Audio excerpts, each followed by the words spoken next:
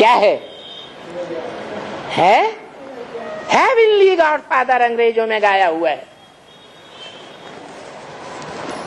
कैसा father? Haven की रचना करने वाला फादर।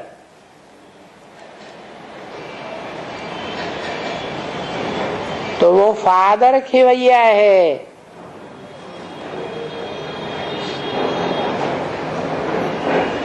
नैया हमारी पार लगाना, जरा कृपा की बल्ली लगाना, ऐसे गीत गाते हैं। नैया है नवैया, बिठैया है कृष्ण का नैया, और खिवैया है शिव बाप, बिंदी बाप। वो ज्ञान की बल्ली पकड़ता है नहीं। शिव बाप शरीर रूपी नैया को खिवैया नहीं कहा जाता। जो विषय सागर से शरीर रूपी नैया को खे करके विषय सागर से पार कहां पहुंचा दे है? स्वर्ग में पहुंचाए दे, जीवन मुक्ति में पहुंचाए दे।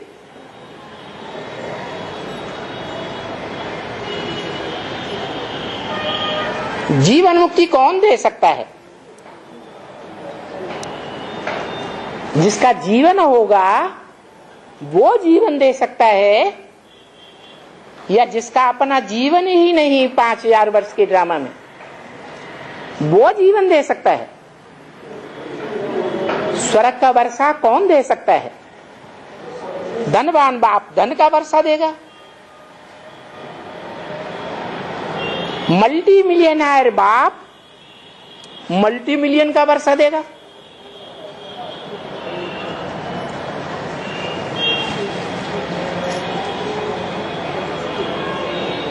महलवाणियों अटारियों का बाप महलवाणियों अटारियों का वर्षा देगा।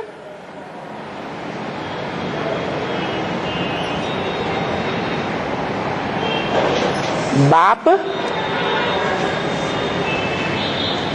सच्चे रूपी मकान बनाने वाला है ना?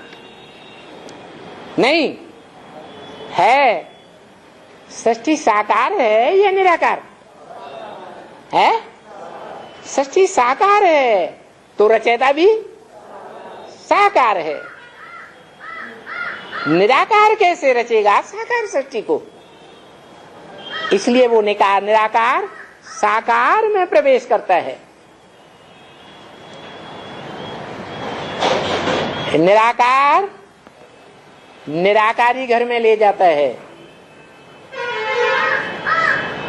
क्या कहा? निराकार बाप का घर कैसा होगा? निराकारी घर, निराकारी आत्माओं को ले जाता है। और मनुष्य सृष्टि है साकार, मनुष्य सृष्टि का बाप भी साकार। तो साकार बाप साकारी सृष्टि में ले जाता है। कैसे ले जाएगा है? अरे सृष्टि के अंत तक साकार रहेगा, नई सृष्टि तक साकार रहेगा, तभी तो ले जाएगा। 500-700 करोड़ मनुष्य आत्माएं जो तामसी बन जाती हैं और नंबरवार तामसी बनती हैं।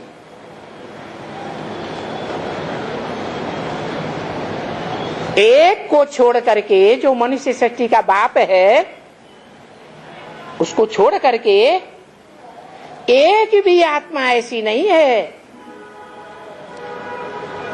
जो शिव समान बन सके, क्योंकि शिव बाप का विरुद्ध है।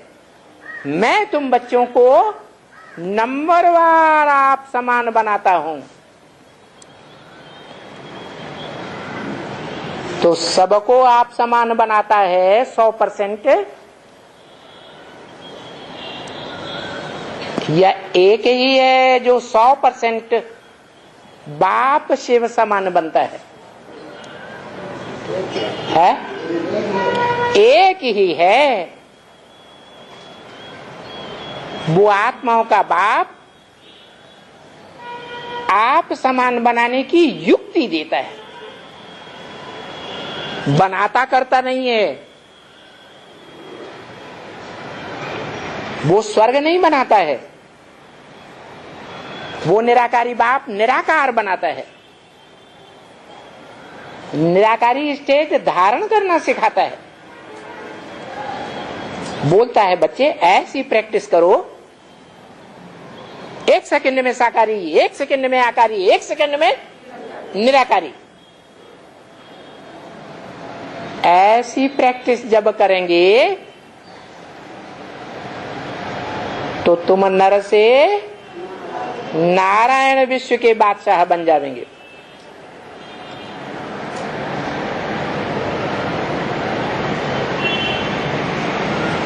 तो जो नर से नारायण बनता है, जिसका नाम ही है नारायण, नार माने ज्ञान जल, आयन माने घर, कहाँ रहता है? सदा ज्ञान जल में रहता है।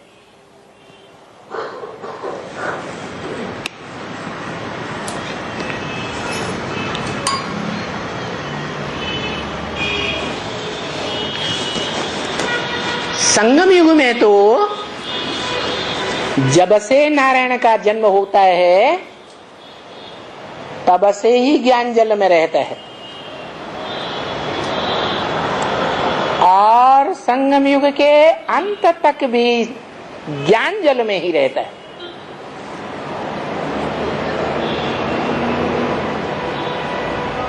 संगम युग है शूटिंग पीरियड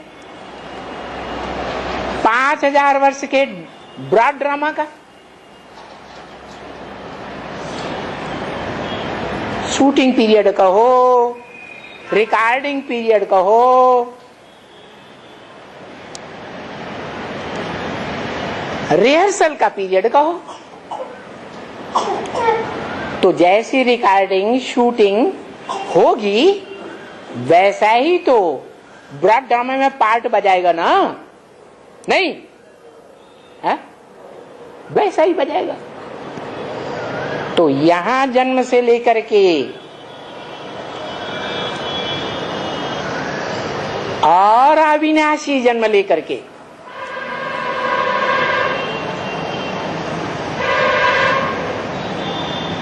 क्योंकि वो एक ही सत्य है मनुष्य सृष्टि में, जिस सत्य का कभी विनाश नहीं होता। ना सते विद्यते भावो, ना भावो विद्यते सत्य।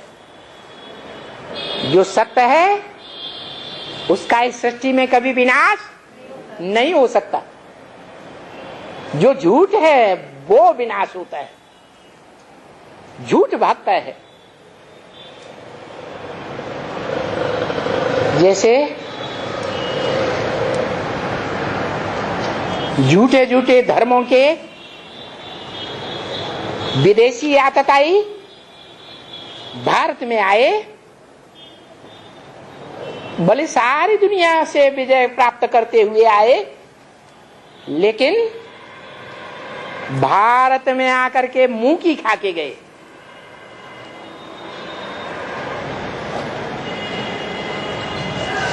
हार कर भाग गए। तो सत्य भागता है या अटल रहता है? और झूठ झूठ भाग खड़ा होता है। तो जो एक ही सत्य है इस मनुष्य सृष्टि में, उसके लिए शास्त्रों में गायन है कि उसका कभी मृत्यु नहीं होती और उसका साकार रूप में कभी जन्म भी नहीं होता माता के गर्भ से। वो अजर अमर अविनाशी है। अमरनाथ गाया हुआ है। किसका नाथ? अमर माने जो मरते ही नहीं, मन देवात्मा।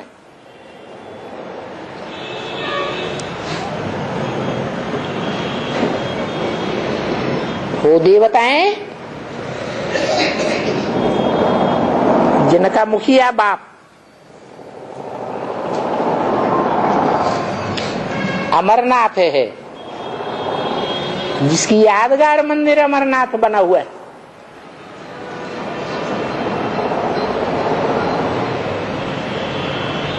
ऊंचे से ऊंचे पहाड़ पर बना हुआ है। क्या पहाड़ पर बैठ करके पुरुषार्थ करता है? पहाड़ माने है ऊंचे से ऊंची निराकारी स्टेज में पहुंच जाता है।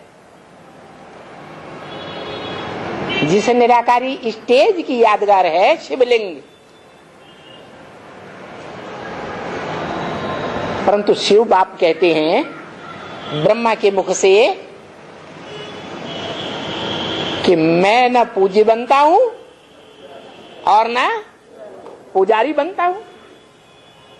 तो अमरनाथ में जो शिवलिंग है या दुनिया में भी जहां कहीं शिव के मंदिरों में शिवलिंग है, वो कौन सी आत्मा की यादगार है?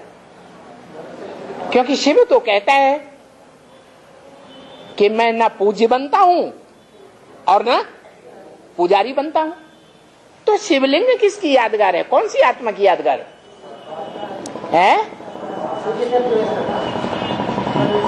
ऐसी कोई साकार मनुष्य आत्मा है जो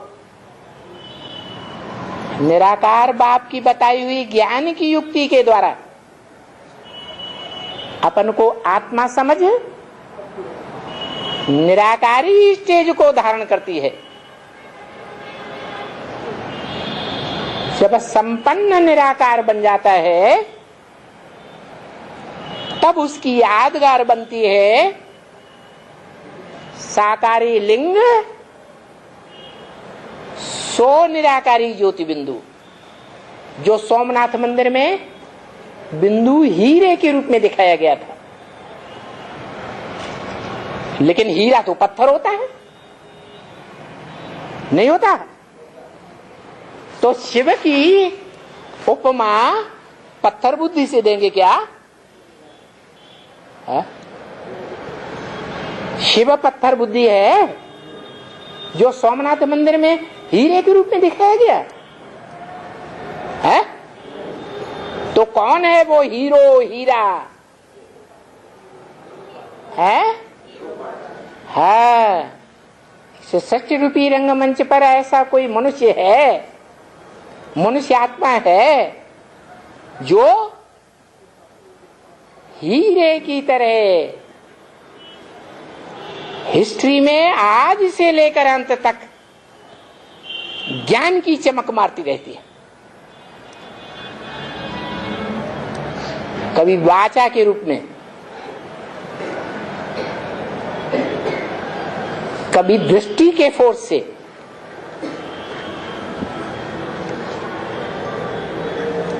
कभी इंद्रियों के कर्म से, प्रैक्टिकल में, सृष्टि में पावर लेती हुई देती हुई दिखाई जाती है।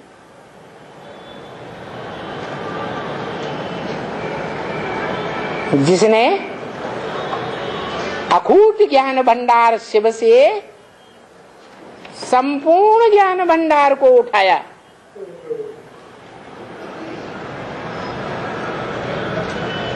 वो संस्कार उस आत्मा में 5000 वर्ष तक जीवित रहते हैं। इसलिए हीरो पार्टधारी कहा जाता है। हीरो पार्टधारी,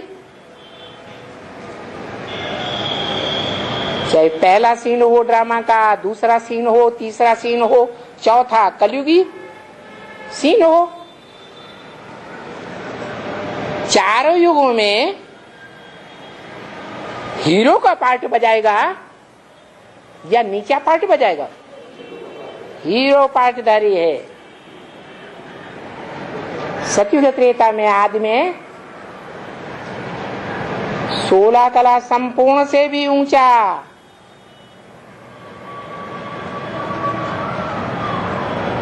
जो कृष्ण का बाप है, कृष्ण का भी रचयिता है, उस कलातीत का पार्ट बजाती है, जो शास्त्रों में गायन है, कलातीत कल्याण कल्पांतकारी।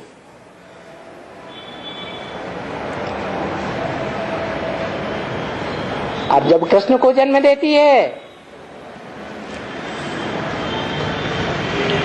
तो बच्चे के साथ 16 कला संपूर्ण तो है ही।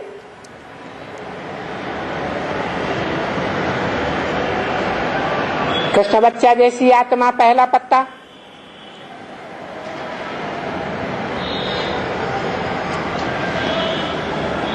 वो भी कलाओं से क्षीण होने लगती है। तो जो भी पत्ते हैं वो सब पहले जन्म के आदि से ही लेकर के नीचे गिरते हैं, क्योंकि इंद्रियों का सुख भोगते हैं। श्रेष्ठ से श्रेष्ठ इंद्रिय है आंख, जो लक्ष्मी नारायण के चित्र में साक्षात्कार से दिखाया है। भगवान बाप शिव ने कि लक्ष्मी नारायण के नीचे जो उनके बच्चे खड़े हैं राधा कृष्ण, वो कौन सी इंद्रिय का सुख ले रहे हैं? आंखों का सुख ले रहे हैं। वो भी तमो प्रधान सुख ले रहे हैं, विविचारी सुख ले रहे हैं या अविविचारी सुख ले रहे हैं? भले अविविचारी सुख ले रहे हैं, फिर भी उनकी कलाएं कम होती हैं या नहीं होती हैं सुख भोगने से? तो पहला पत्ता ही जब नीचे गिरता है तो इस षष्ठी रूपी रंगमंच पर जो भी 500 करोड़ पत्ते हैं, मनुष्य सृष्टि के बीज को छोड़ करके सभी नीचे गिरते जाते हैं।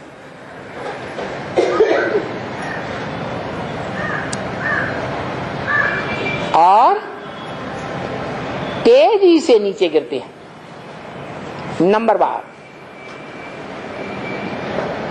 कोई आत्माएं धीरे धीरे नीचे गिरती है, कोई आत्माएं तीव्रता से नीचे गिरती है। जैसे इब्राहिम जिसमें प्रवेश करता है तमो प्रधान में प्रवेश करता है या पावरफुल आत्मा में प्रवेश करता है? कमजोर में प्रवेश करता है या पावरफुल में प्रवेश करता है? उस समय द्वापर के आदि में सृष्टि में जो सबसे कमजोर आत्मा होती है उसको पकड़ता है। जैसे शिव बाप, आत्मा का बाप, आत्मलोक से आता है तो किसको पकड़ता है? क्यों? हाँ, जो ऊंचे थे ऊंचे, बड़े बड़े थे बड़े आदमी का बच्चा होता है, अगर कुसंग में आएगा तो वो बड़े आदमी का बच्चा ज्यादा नीचे गिरेगा या छोटे आदमियों के बच्चे ज्यादा नीचे गिरेंगे? तो वो बड़ा तो बड़ा बाप जो है, धर्म पिताओं मनुष्यों का बाप, सारी मनुष्य सृष्टि का बाप, धर्म पिताओं का भी बाप, और उसका भी बाप शिव, जिसका कोई बाप नहीं, वो ऊंचे से ऊंची आत्मा है। उसका जो बच्चा है कौन है?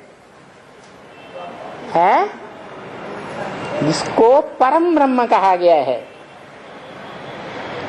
गुरुर् ब्रह्मा गुरुर् विष्णु गुरुर्देवो महेश्वर, गुरु साक्षात परम ब्रह्म तस्मै नमः। दूसरों को नहीं नमः।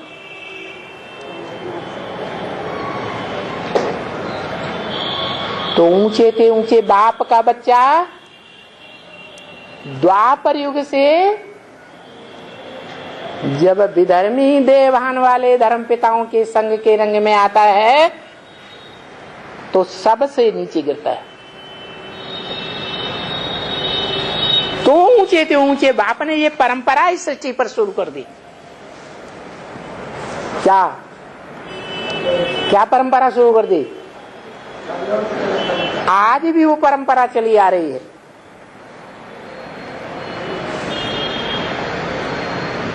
सृष्टि निर्माण के लिए, परिवार बनाने के लिए जब लड़का लड़की की शादी होती है तो लड़का ऊंचे कुल का होता है और लड़की नीच कुल की चुनी जाती थी, कमजोर कुल की चुनी जाती थी।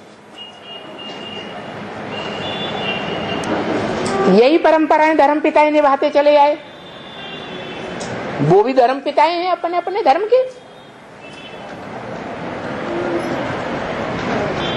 उन्होंने भी इस सृष्टि में जो कमजोर आत्मा होती थी उसको चुना, परमधाम से नीचे आते समय।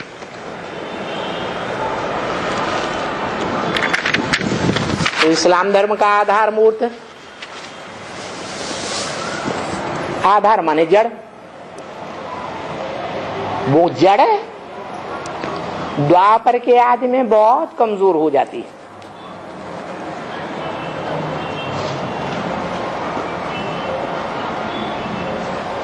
उसका बाप भी कोई होगा या नहीं होगा? है? क्योंकि पुराने जमाने में तो बाप भी जिंदा रहता था, बाप का बाप बाबा भी जिंदा रहता था, पर बाबा भी जिंदा रहता था। ऐसे होता था ना, लंबी आयु होती थी। तो बच्चा कमजोर होता है और बाप के हाथ में तो सत्ता होती है। जैसे महात्मा बुद्ध को देश निकाला दे दिया, बच्चा कन्वर्ट हो गया, बाप कन्वर्ट नहीं हुआ। ऐसे इब्राहिम जिसमें प्रवेश करता है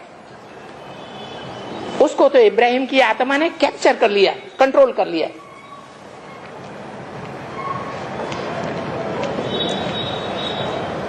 जैसे कोई लड़का लड़की को भगा ले जाता है, उसकी बुद्धि को कंट्रोल कर लेता है, तन मन धन को कंट्रोल कर लेता है। तो इब्राहिम की आत्मा जिसमें प्रवेश करती है उसको कंट्रोल कर लेती है। क्राइस्ट ने जीसस को पूरा कंट्रोल कर लिया, परंतु उसके बाप को तो कंट्रोल नहीं कर लिया। वो बाप और उसका बाबा उन देह अभिमानियों को भारत से खदेड़ देते हैं अरब देश की ओर, और अरब खंड में जाकर के वो अपना इस्लाम धर्म पनपाते।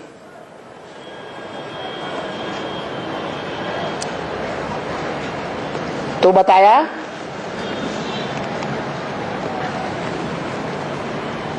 कि बड़े आदमी का बच्चा जितना बड़ा आदमी होगा, कुसंग में आने पर वो बच्चा ज्यादा कुसंग में चला जाता है, सबसे ज्यादा कुसंग में वो जाएगा। ऐसे ही राम वाली आत्मा बड़ा तो बड़ा जो आत्माओं का बाप है, सर्वशक्तिवान कहा जाता है, जो सर्वशक्तिवान बाप कहता है ब्रह्मा के मुख से, बच्चे मैं तो सर्वशक्तिवान हूं, लेकिन तुम मास्टर सर्वशक्तिवान हो। मास्टर का मतलब शरीर के द्वारा प्रैक्टिकल कर्मों में भी सर्वशक्तिवान। मेरा तो अपना शरीर ही नहीं है। तो बताया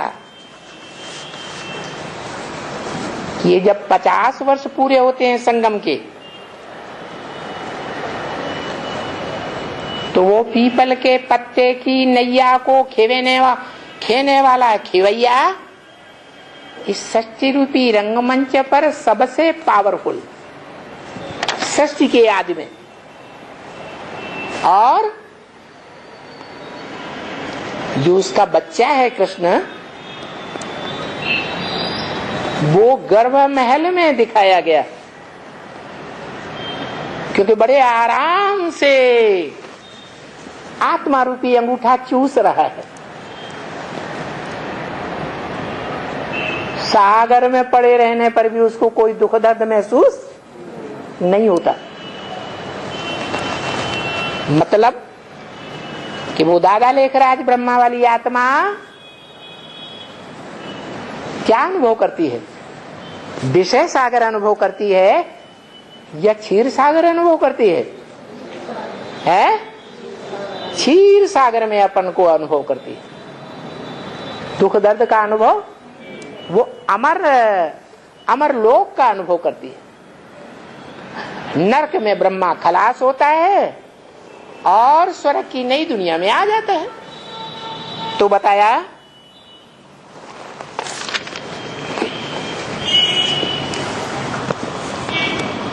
कि 40 वर्ष पहली बार ब्रह्मा ने जो सृष्टि रची और पसंद नहीं आई, तो यज्ञ के आदि के 10 वर्ष की बात है। दूसरी बार सृष्टि रची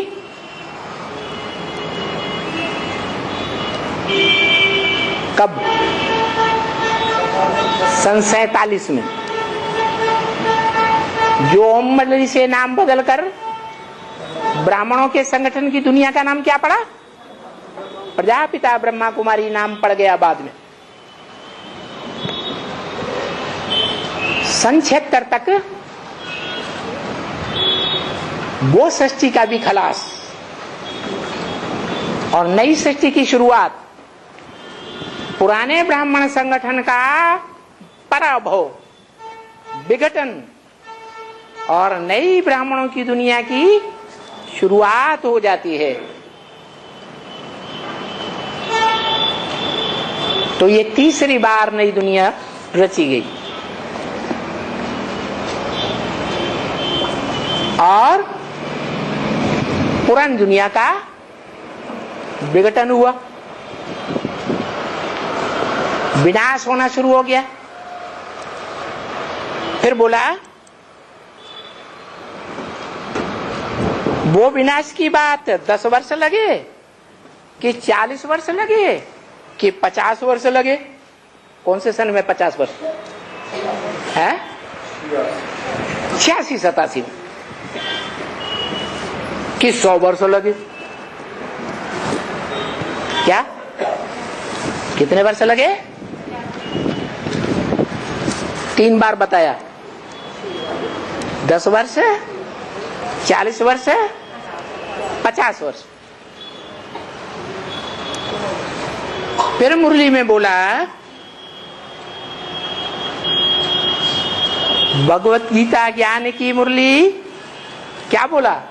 तुम बच्चों को तमो प्रधान से सतो प्रधान बनने में 40 से 50 वर्ष लगते। तो कब से? तुम बच्चों की शुरुआत कब से हुई? तुम जो रुद्रमाला के बन के हो, वो रुद्रमाला की आत्माएं, मनुष्य आत्माएं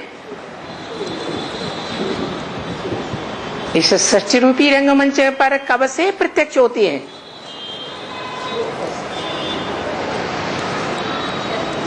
अरे ये रुद्र ज्ञान यज्ञ कब से रचा गया? नहीं, यज्ञ के आदि से ही रुद्र ज्ञान यज्ञ रचा गया। उसी समय ज्ञान यज्ञ का बीज पड़ गया,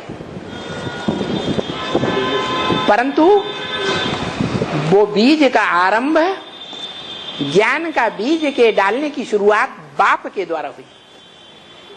मनुष्य सृष्टि का बाप, जो जगत पिता कहा जाता है, जगतम पितरम वंदे पार्वती परमेश्वरो। शंकर को जगत पिता जगन्नाथ कहा जाता है, सारे जगत का नाथ। आखिरी न बनता है, तो उसके द्वारा ज्ञान यज्ञ की शुरुआत कब से हुई है? 1936 से। परंतु बच्चे प्रत्यक्ष नहीं हुए। जैसे गर्भ में बच्चा बच्ची आती है तो प्रत्यक्षता रूपी जन्म लेती है? लेती है? नहीं लेती।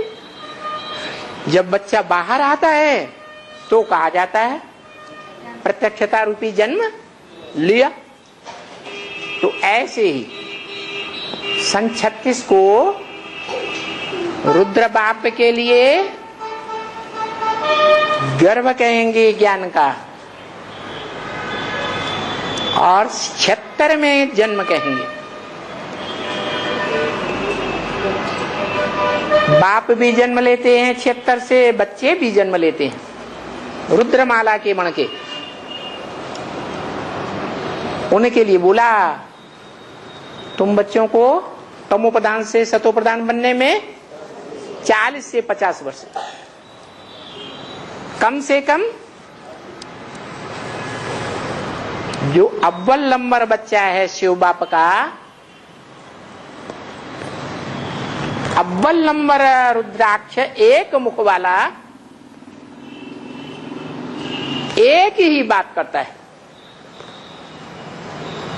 दुमुहा नहीं है। उन बातों को कोई न समझ पाए वो दूसरी बात, आमने सामने आके समझेगा तो जरूर समझेगा। परंतु विपरीत बुद्धि बन जाते हैं, आमने सामने आने की हिम्मत ही नहीं करते। लेकिन शास्त्रों में तो गाया हुआ है, सन्मुख होय जीव मोय जबहि, जन्म कोटि अघ, माने पाप नाश है तबहि। सन्मुख होते ही नहीं, अंदर में चुड्डरा भरा रहता है, क्योंकि अंदर में एक और बाहर में दूसरा होते हैं। मुख में राम, बगल में छुरी होती है। कैसे सामने आएंगे? तो बताया